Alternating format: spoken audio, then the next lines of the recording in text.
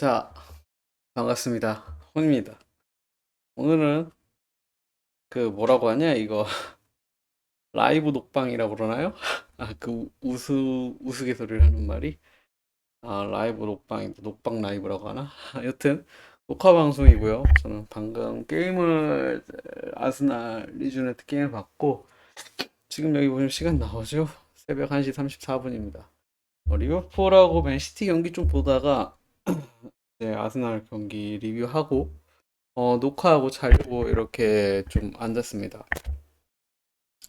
이번 경기 보고 나서 처음 이제 다 끝나고 나 느꼈던 게 경기 보는 게 가장 힘들었어요, 이번 시즌 중에서. 아니, 뭐 이렇게 그 뭐라고 할까, 힘들게 이겼다고 하나요? 그것도, 그것도 있고, 힘들게 이겼던 것도 있고, 사실은 개인적으로 좀 느낀 부분이 정말로 운이 좋아서 아스날이 이겼다.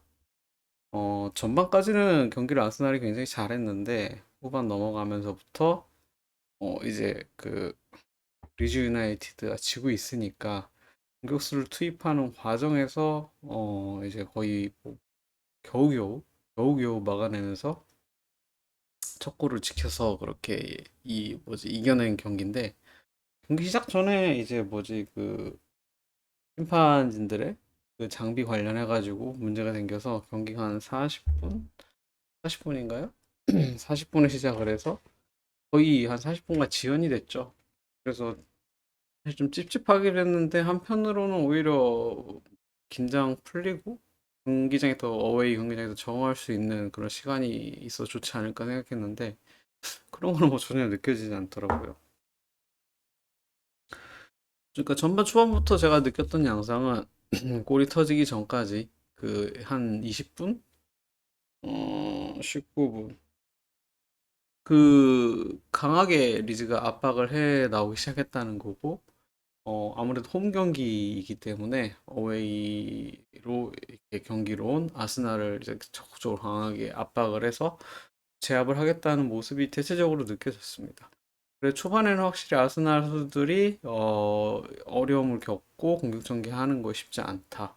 왜냐면 앞에서 패스를 하려는 순간 수비수들을 공을 연결하려고 할 때 리즈 유나이티드가 강하게 수비수 압박하기 때문에, 그러면 가장 이제 이 실제 경기 느끼고 문제가 생기는 게, 여러분들도 이제 수비주 해보시면 아시겠지만, 선수 강하게 압박해오면 내가 패스해야 될 공간하고 우리 편 선수들에 대한 그런 부분에서 캐칭이 잘 안 돼서 패스 미스를 하는 상황들이 좀 많이 발생합니다.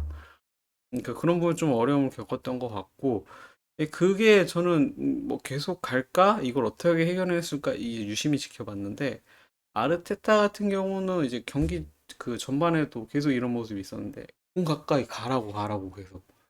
그러니까 이제 결국에는 해결책은 상대방 진영에 우리도 똑같이 압박을 해서 과감하게 공을 우리 소유로 만들고 이길 수 있는 유리한 경기로 가져가기 위해서 더 적극적으로 하라는 그런 제스처더라고요, 전반에는. 물론 후반전에는 사실 그 이 압박이라든지 경기의 그 뭐라고 해야 되나, 강도 있잖아요. 그걸 계속 유지하기 힘들기 때문에 아예 전술을 바꿨죠. 네. 그래서 그 부분에 대한 게 사실 이번 경기에 좀 그런 게 있었고, 인상적인 게 있었고, 토미야스 같은 경우가 굉장히, 저는 이제 그러니까 앞선 리뷰에서도 이야기를 했었는데, 아, 초반에 토미야스 교체로 나오면서 하는 모습을 보여 느꼈던 게, 전술적으로 움직이는 부분에 있어서는 티어니보다는 훨씬 더 잘 움직입니다. 그리고 어느 상황에서 어떻게 이 내가 수비수로서의 공격 지원을 하거나 아니면 수비를 하는 맥락에서의 그런 모습들이 굉장히 좋아요. 그 전반에도 압박을 해가지고 공을 뺏어내가지고 그 센터 서클, 하프 라인 맞나? 센터 서클이구나. 그 가운데에서 근처에서 했던 모습이나, 그러니까 수비를 차단하는 모습이나, 물론 경기 중에 상대방 그 전방 압박에 당해가지고 당황하거나 패스 연결을 좀 잘 못 시키는 부분도 분명히 있었어요. 근데 경기 전체적인 흐름을 보면서 끝까지 봤을 때 느껴지는 거는 굉장히 잘한다라는 느낌이 저는 느껴졌습니다. 수비를 끝까지 쫓아가는 능력도 확실히 좋고 그랬던 부분이 있고, 아스날이 이제 리즈 유나이티드를 전반전에 압박을 풀어내기 시작하면서 가장 눈여겨서 볼 만한 게 그 패스에 의한 상대방의 압박을 무너뜨리는 거. 그 부분이 전반전에 한 네다섯 장면 정도 되게 굉장히 나와서 되게 좋았고요. 그때 여러분들이 참고해서 보시면 좋은 장면들이 그 공이 앞으로 전진하기 위해서 빠르게 앞쪽으로 잘 선수들에 의해서 짧은 패스로 진행되는 부분이랑 그리고 후반전에 안 좋은 모습들이 반대로 보였던 것들은 공이 수비 진영에서 그 같은 진영 내에서 공이 그러니까 우리 편이 더 많고 오픈된 스페이스 반대쪽으로 못 나가면서 공을 뺏기는 장면들이 엄청 많이 나와요. 그래서 전반에는 좋았는데 후반에는 안 좋은 장면이 반대로 너무 많이 나왔어서 그 부분 자체가 이번 시즌 중에서 아스날 경기 중에서 가장 보기 힘들었던 경기였어요.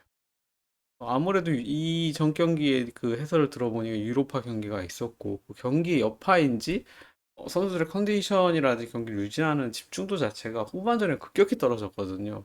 그래서 체력적인 영향도 분명히 있는 것 같아요. 아, 이 골키퍼를 이야기 안 할 수가 없죠. 람스데일. 페널티킥도 막아냈고 후반전에 모든 거를 거의 막아내시는 듯한 그런 골키퍼라서 매번 제가 리뷰할 때 그리고 제가 이 경기 분석하고 뛰는 걸 볼 때 그 람스데일 키퍼가 꼭 뛰는 걸 볼 때마다 느끼는 거는 그 다른 무엇보다 이 여태까지 느꼈던 그 뭐냐 아스날 골키퍼 중에서는 침착함이랑 실수를 하는 게 굉장히 적어요. 그리고 판단 능력에서도 과감히 뛰쳐나와야 될 때랑 자기가 지연을 시켜야 될 때랑 부분이 굉장히 좋고 그래서 그 부분이 페널티킥을 할 때라든지 1대1 찬스에서 막아야 되는 부분에서 이 경기에서 너무나도 좋은 모습을 보여줬습니다. 그래서 그런 모습들이 전체적으로 진짜 이거는 운이 좋아서 이겼다라는 그런 경기고요. 제가 느끼기에는 이게 한편으로는 좋은 시그널로 보기도 해요. 왜냐면 델롬 델 우리가 말하고 그 결국 내려갈 팀은 내려간다라는 그 유명한 야구의 격언이 있듯이 그런 것처럼 뭔가 되려고 하면 이런 것도 잘 뭔가 받쳐준다는 그런 느낌이라서 그런 부분에서 좀 이 경기가 한편으로는 이번 시즌에 되려고 이러나? 라는 생각도 들었고 반대로 그런 부분에서 이거 너무 위험한데 보면서 막 숨이 턱턱 막히더라고요. 그리고 사카 골 이 장면이 있었는데 저는 좀 이거를 그렇게 생각해요. 뭐라고 생각하냐? 사카가 엄청나게 눈에 띄거나 화려하거나 기술이 엄청난 선수는 아니에요, 분명히. 근데 플레이하고 있는 거 보면 특정 순간에 느껴지는 게 엄청 대담해요. 담이 크다고 해야 되나? 제가 느껴지게. 그런 것들이 기술적으로 내가 이 뭐지? 그 압도는 못하지만 내가 할 수 있는 거 시도해서 그걸로 골을 성공시키거나 플레이를 연결시켜서 성공시키겠다는 그 부분이 항상 눈여겨 보여지고 이번에 골 넣었을 때 느꼈던 게 참 대담하고 자기가 하려고 하는 그 의지의 축구라고 해야 되나요? 담이 큰 그런 모습들이 너무 인상적이더라고요. 그래서 그런 모습들이 되게 보여줬고 그 아스날 수비수들을 이번 경기 보고 느꼈던 거는 전체적으로 패싱 능력이라든지 그 특정한 뭐라고 해야 되나 패스워크를 통해서 압박을 이겨내는 부분에서는 뭐랄까 수준이 높다는 생각이 들진 않습니다. 개인적으로 맨시티나 이런 팀들에 비해서 특히나 센터백들하고 사이드백 능력들이 개인적으로 제가 봤을 때 살리바하고 토미야스 정도가 그나마 낫고 베나이트랑 가브리엘 같은 경우는 그렇게까지 좋은지 모르겠어요. 그래서 그런 부분들이 볼 때마다 너무 아쉽죠.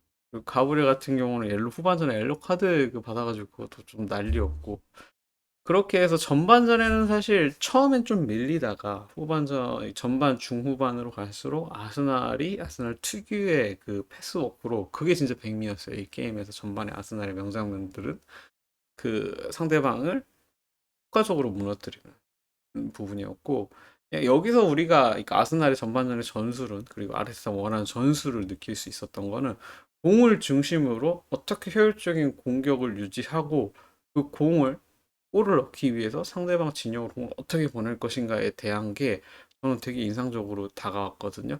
첫 번째가 공을 상대방 진영으로 그러니까 빠르고 공격을 하기 효율적으로 하기 위해서 첫 번째 필요한 건 좋은 위치에 있는 선수가 필요하고 그 좋은 위치에 있는 선수에게 패스를 해줄 수 있는 선수들의 능력이 필요하다는 게 이번 경기 보고 느꼈던 딱 두 가지예요. 그 부분들이 굉장히 그 아름답게 전반전에 이어갔고 골을 넣고 나서 후반전에 들어서는 사실은 이제 전방 압박을 아스날이 하고 경기를 유지하려고 하는데 리즈 유나이티드가 보시면 로드리고를 과감하게 바꾸면서 로드리고는 사실 느꼈던 게 멘탈이 거의 나갔더라고요. 골을 그러니까 뭐랄까 먹히게 한 그 원인 제공을 했으니까 저는 감독이 이 교체를 굉장히 잘했다고 생각해요, 리즈가. 벤포드가 들어오면서 해설 박투한 그 뭐냐 해설이 누군지 모르겠는데 기억이 안 나는데 두 가지 정도 그거였던 것 같아요. 그러니까 이 후반전에 들어서 리즈가 굉장히 인상적으로 바뀌었던 거는 전방의 공격수를 대거 투입하면서 그러니까 후방 쪽에서 빌드업을 해서 공격수까지 공을 전달할 수 있는 그러니까 우리 편 공격수들이 더 많으니까 후반전에는 공을 더 쉽게 전달할 수 있죠. 그리고 공격수를 통해서 공격을 더 쉽게 전개할 수도 있고. 왜냐면 아스날은 후반전이 됐음에도 계속 전방 압박하기 위해서 라인을 올렸으니까. 그러니까 그 부분에서 제가 볼 때는 아스날이 그러니까 실책이라고 해야 되나? 판단 미스를 했던 것 같아요. 팀 전적으로. 왜냐면 팀이라든지 페이스라든지 체력적인 면이 그만큼 따라오지 않는데 그걸 계속 맞불 작전을 놨으니까. 그 부분에서 혹시 벤포드부터 해가지고 그 뭐냐 이게 지금 페널티킥이죠. 페널티킥 줬던 것부터 해가지고 리즈유나이스 엄청난 기회가 갔죠. 근데 람스데일이 미친 듯이 선방하고 말도 안 되는 그 장면들에서 커팅을 하고 진짜 이거는 운이 좋아서 이겼다고밖에 설명할 수가 없어요. 그래서 가끔 그리고 잘 되는 팀들, 강팀들이 순항할 때마다 이런 격이 한두 번씩 나오죠. 그 부분에서의 다행이면 다행이고 좋은데 경기를 보는 애 후반전에는 너무 힘들더라고요. 왜냐면 계속 먹힐 것 같았거든, 골이. 그리고 웨데가르드도 좀 말을 해야 될 것 같은데 전체적으로 경기를 하드워커로서 계속 꾸준히 뛰어주면서 그 볼들을 잘 연결하려고 하는 모습은 좋은데 가끔가다 그 기교 섞인 거라든지 뭔가를 무리하게 하려고 할 때 게임 흐름을 망치는 경향이 분명히 있더라고요. 그래서 그런 부분에서 뭔가 두드러지기 때문에 아니면 체력적으로 좀 문제가 있다고 판단했는지 73분의 교체는 굉장히 좀 저는 이른 교체라고 생각을 했어요. 그리고 공격 쪽에서 웨데가르드만으로 전개가 안 풀리기 때문에 비에이라를 투입했다고 생각하는데 비에이라 같은 경우도 팀 전체가 페이스가 못 따라가다 보니까 계속 수비하고 뭐 그러다가 거의 끝났죠. 그래서 티어니 화이트 바꾸고 나서 이 부분에서는 뭐지? 이제 거의 제가 느꼈던 게 과르디올라가 여기서 판단은 아니구나. 일단 수비적으로 팀이 밀리니까 수비적인 자원들을 교체하면서 티어니 하면서 좀 더 팀을 정비하고 이기기 위한 이제 그런 작업을 시작하는 거죠, 전술적으로. 전방 압박이 아니라.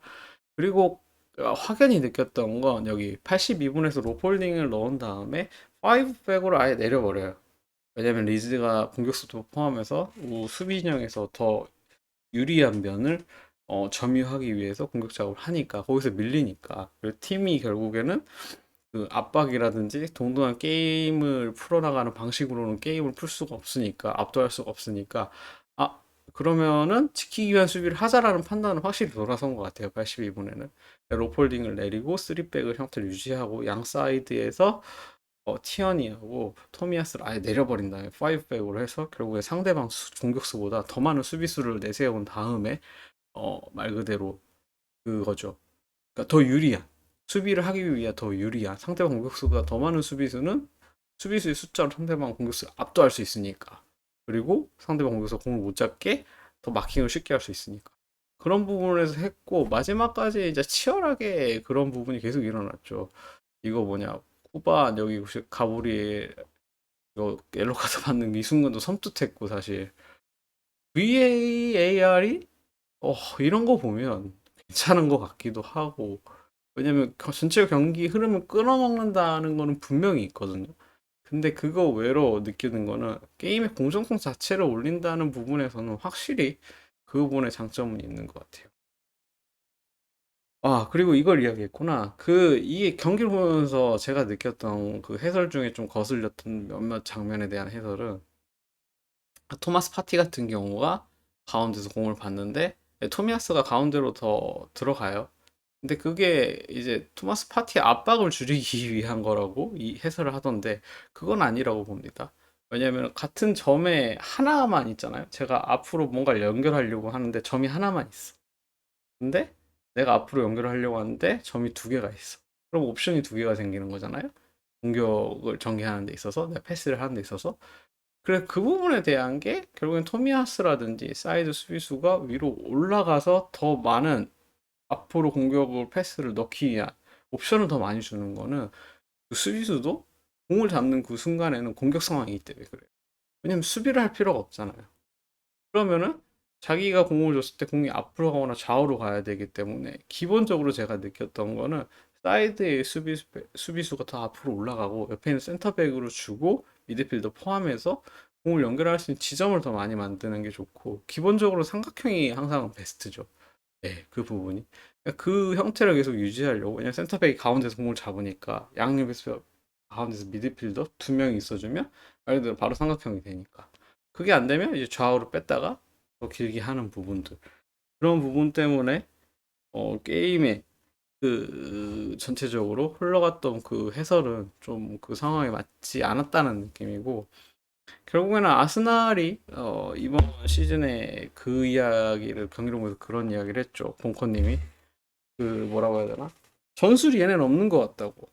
제가 봐도 전술이 좀 없게 느껴지는 부분이 분명히 있어요. 왜냐하면 공이 어디에 있느냐에 따라서 공에 가깝게 있는 선수들이 그 게임을 유리하게 전개하기 위해서 공에 적극적으로 가담을 해요. 그러면은 거기에 가담을 하면 말 그대로 다른 포지션이라는 게 무너지죠. 왜냐하면 이 게임의 몇몇 장면에서 토미야스가 엄청 올라가서 공격하는 모습이 보여지거나 반대로 헤수스가 내려와서 빌드업을 하는 과정이 보여지니까 미드필드에서 그것들은 결국 공이 어느 위치에 있고 어떻게 전개되느냐에 따라서 그 주변에 어떤 선수들이 있냐에 따라서 공격 전개를 어떻게 할 것이냐에 대한 방식이 그러니까 특정 선수들에 대한 방식이 달라지는 거죠. 그러니까 이런 경우에는 포메이션이 계속 유지될 수가 없는 거죠.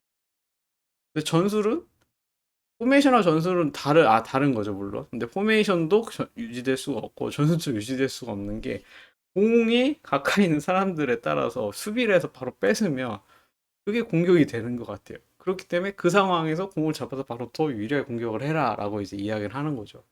그래서 전술이라는 게, 그냥 큰 틀에서 보면, 공 잡아서 좋은 위치에 있으면 걔한테 줘서 골을 넣자라고, 그리고 공을 우리가 빼앗겼으면 적극적으로 수비를 공을 빼앗자라는 그런 느낌이 있어요. 그런 부분에서 이제 마르티넬리나 사카나 제수스 같은 경우는 글쎄요, 잘 모르겠어요. 그 드리블을 잘 하고 뭐 하려고 모습 보여주지만 스트라이커로서의 결정력 있는 부분에서는 좀 마이너스인 부분이 많다고 최근에 제가 보면 느껴져서 그런 부분에서 경기를 보여준 거를 잘 봤고 전체적으로 경기를 보는 게 너무 힘들었습니다. 왜냐면은 경기력도 되게 안 좋았던 데다가 실제로 운이 좋아서 이겼지 게임의 전체적인 내용으로 봤을 때는 역전당해서 쥐어 터졌어도 할 말이 없는 경기였습니다. 네. 그래서 제가 느꼈던 리즈하고 아스날 경기의 리뷰는 여기까지고요. 다음 경기가 어떻게 되죠? 그것만 보고 마무리하도록 하겠습니다. 테이블. 아스날은 사우스햄튼을 만나네요. 그렇군요. 사우스햄튼을 만나네요.